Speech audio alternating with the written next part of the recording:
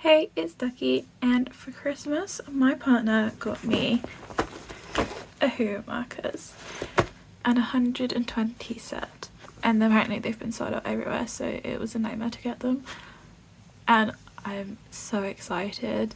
I've done a couple little things with them already, and today I'm going to make a big piece based on the Sonic 3 movie because I watched that and I fell in love. I love it. I really want to go back and play some Sonic games now.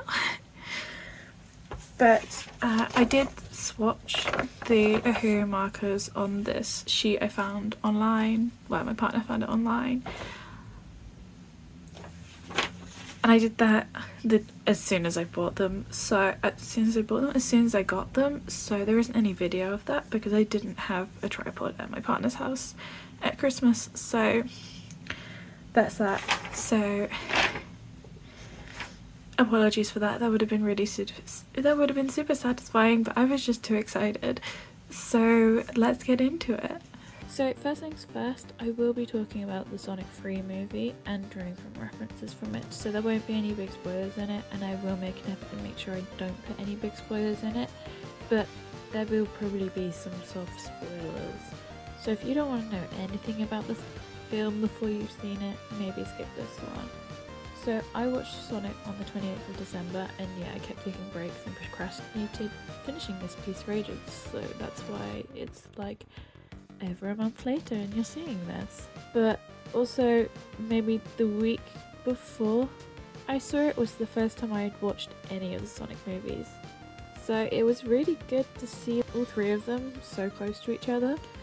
But also, yeah, I'm aware I'm such a fake nerd. I know, I can't believe I hadn't seen them until now either. I can't believe how long ago the first one came out. I thought it came out like a year or two ago, but it came out in 2020. It's 5 years ago. But then again, it was 2020. The time kind of stopped for 2020, so it makes sense. But I can say I love all the films so much, and Jim Carrey was the perfect person to play Dr. Robotnik. I am so in love with these markers. I know some people really struggle with them at first, but I've always played around trying to blend my childhood felt tips like you blend alcohol markers before I had ever heard of alcohol markers, and possibly before they even existed. I don't know. I think they're quite a new thing, but I'm not sure. So to me it was second nature, and my god, do they blend better than my cheap ass half dried out felt tips.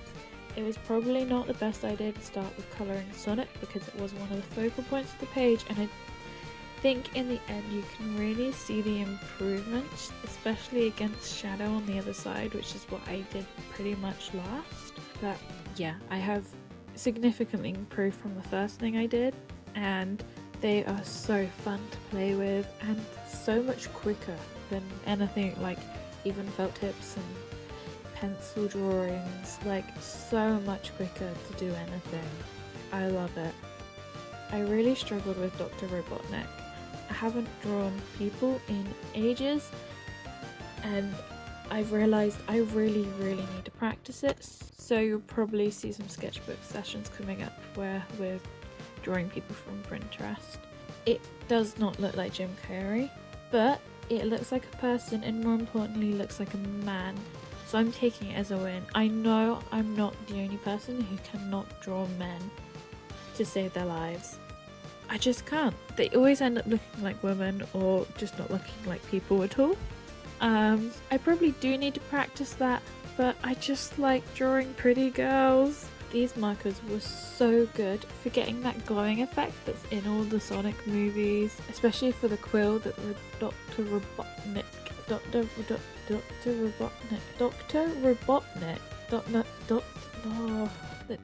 Robotnik is holding.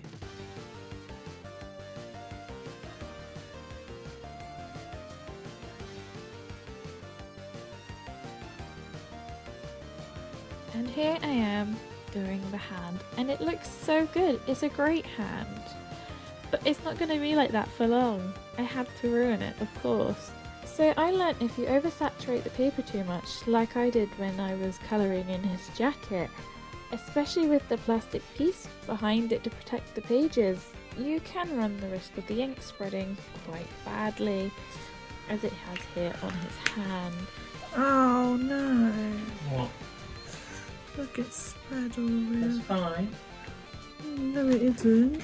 Why? Because I can't cover that with the colour of the hand, can I? That's the colour of his jacket. See? Oh, it's just fucking spreading. If this does happen, make sure to not press down the paper, which I did, and make it spread more. You need to pull the paper up and wipe the excess of the plastic sheet. If you are using just thick paper as a barrier behind, you might not have this issue. At least not so badly, but I can't say for definite.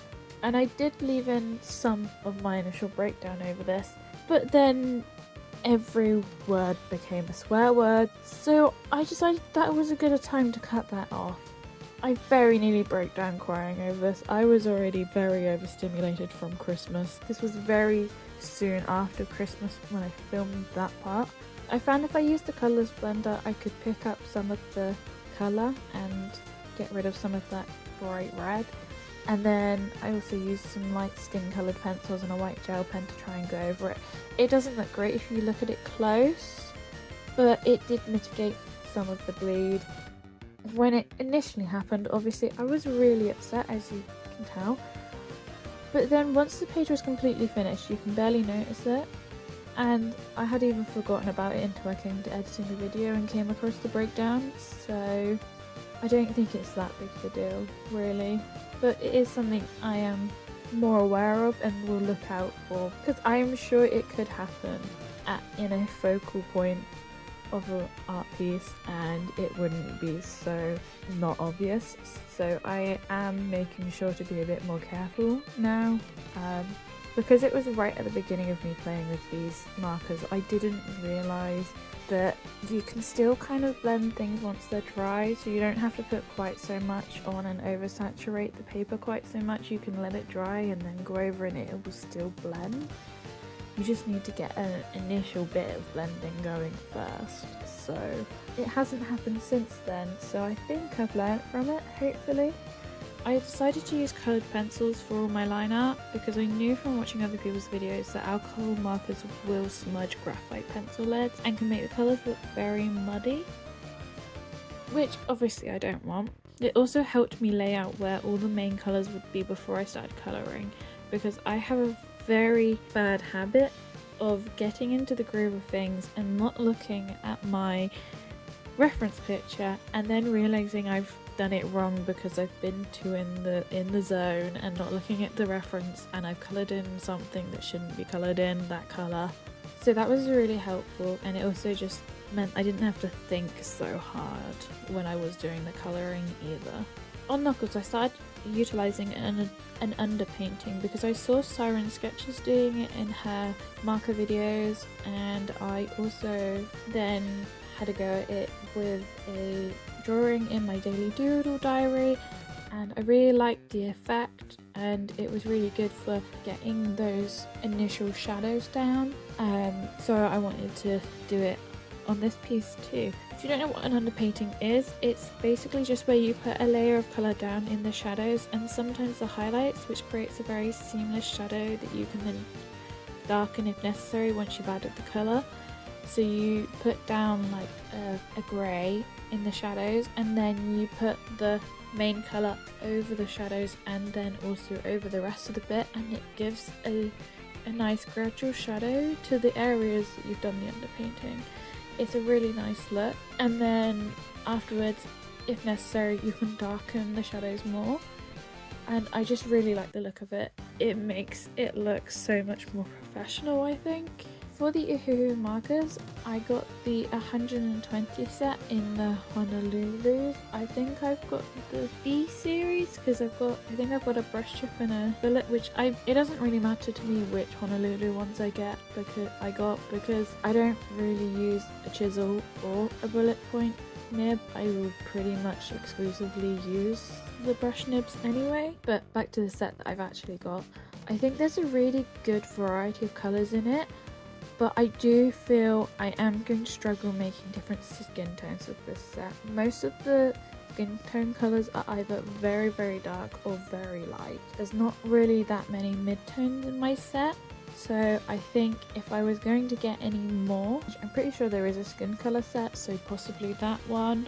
They're out of stock everywhere. I didn't realise how hard it was to get hold of Ohuhus. Because I see all the YouTubers using them, I thought they were easy to get hold of, but maybe that's why they're not easy to get hold of, because all the YouTubers use it. But my biggest issue with the markers is the cap colours are often completely different and the colour codes don't make sense. So I spend forever trying to find the right pen in my little set, because I look at my colour chart and then I look for the pen and it looks nothing like the color on the chart, and then also so many of the codes are so similar. Like in this piece I was meant to use GY5 for Knuckles' boots, but instead I picked up G5 and I didn't realise until I had already started putting the colour down, so I just continued with it and it looked fine. But because the colours on the caps don't match, and because the names are so similar, I have done this a couple times and it's really frustrating. I know I just need to read the codes properly and that's kind of on my part, but the codes or names just don't really make that much sense either. I have heard that they want to redo that and make the color codes make more sense and stuff, but apparently they've been saying that for a couple of years and nothing's happened so far, so I don't know. I think that would be quite a big job, and then also difficult for people who've already got the old sets to know whether they've got those colours or not. So I don't know how logistically that would work, but I think it would be a good change. I know it's probably sacrilege, but the gold rings were added pretty last minute, because I showed the piece to my partner and he was just like, "It's great, but where are the gold rings? They're kind of important." And I was just being lazy. I didn't want to add any more elements to the page, but I'm glad I did. It's just not Sonic without his gold rings, and they were good for filling up the gaps on the page. Video was filmed across 2 houses, so when I was at my partner's house, I had a co-worker who kept wanting to walk across my drawings and sit on them. It's a good thing she's very cute and fluffy. I do wish I had her as my co-worker whilst I was doing art at my house, to be honest. I'm not allowed animals, and I also wouldn't be able to look after an animal. I can barely look after myself. Cookie has become a very grumpy old lady now, especially since the addition of a little Bengal cross ragdoll kitten that just wants to play. Cookie does not want to play. She wants to lounge around and sleep, but she is getting older, so that makes sense. She also always wants attention, but she'll move away from you and sit across the room and give you evils because you stopped stroking her, even though she's the one who moved. She is definitely the textbook definition of cats allow us to live in their homes. I really put off doing shadow. Not just the colouring, but also doing the outlines. I was really put off doing it from when I did Sonic, because I really struggled getting the shape of Sonic right. And then when I finally did Shadow, I found it really easy. So there was no need for me to put it off. And it was probably easy because I'd already done Sonic, who was, you know, very similar. I'm sure it's no surprise that Shadow is my favourite design. Coming from a goth with black and red hair, I don't really think that's a surprise. And I think his backstory is really sad. I'm not going to say much about it because I don't want to give spoilers, but his backstory and the reason why he was a villain at the beginning of the film, tragic, absolutely tragic. But I really think an underpainting is definitely a game changer when you're doing a mainly black character. It doesn't show through for most of it, but it really helps you visualize where the darkest values will be, because even when you're drawing something that is black, if you do it fully in just a flat black color, it won't look good. You need to have grays and such where it is lighter, where the light is hitting, to make it look 3D, otherwise it's just gonna look 2D.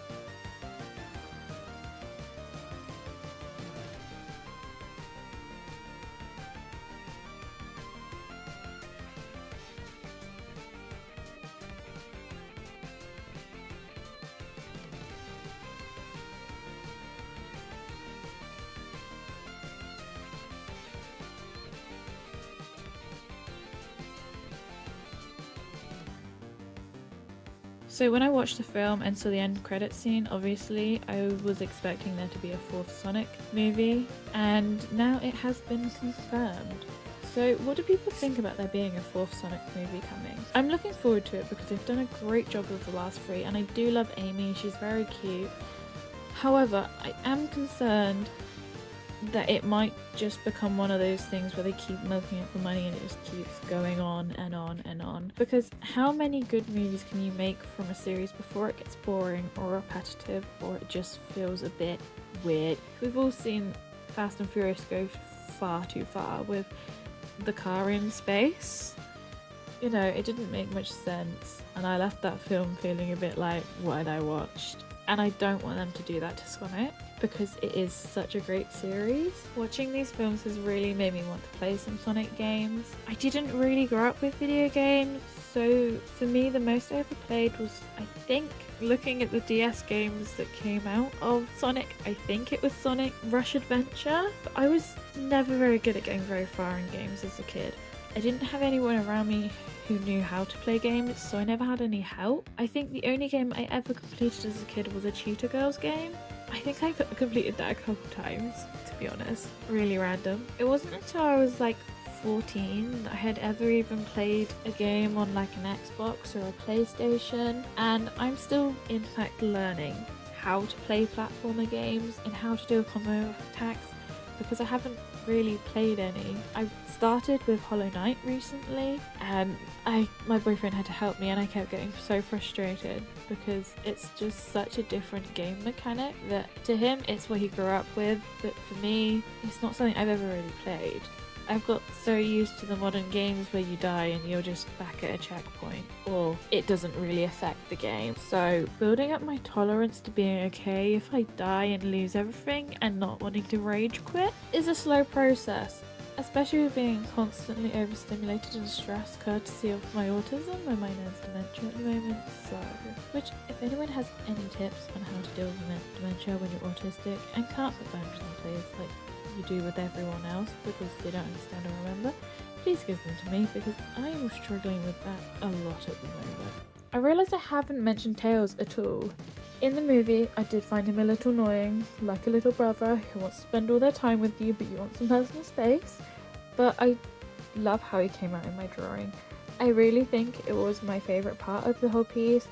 I was really nervous about doing the background. I'd always visualised a dark space background for this piece as a good portion of the film is in space, and it would make the glowing colours pop.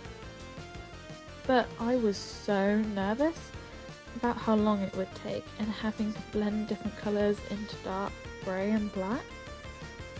And yeah, it took absolutely forever and having to blend.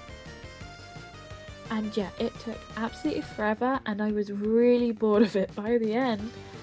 But the blending was so easy and it did make everything pop and look finished. I was a little bit worried about how Shadow was going to pop against a black background, which is why I then ended up doing some glowing around the outside of Sonic and Shadow, and I think that actually looks really good, so I'm glad I did that. And this piece just didn't look like a piece without the background, it just looked unfinished.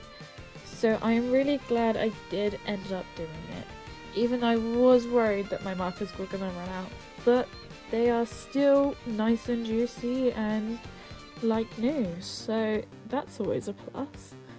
The logo was a massive ball ache to do the background around because it was so much blending, but it looked really good once it was done. It definitely would have been easier and quicker to do a black background without the blue and purple stars, but it wouldn't have looked anywhere near as good.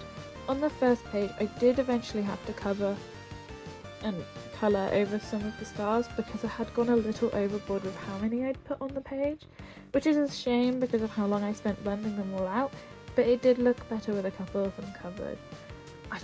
I like the colours, the blending was so good. The orange and yellow look really nice, they really pop against the black. The tail blending into the background was a bit difficult though. I just wasn't too sure how to do it at first because I didn't want it to just look like a glow like some of the other parts of the page. as it's really meant to be more of a motion blur. So I think adding some grey streaks into the edges of the yellow really helps sell that effect. You'll have to let me know how you think I did though. The final touches were some distant stars with a white pencil and a gel pen, and it really made everything pop. And on the video it kind of looks like the page is sparkling, at least it does in my editing software, and I love it. But that's it, so I'll leave you with the final results.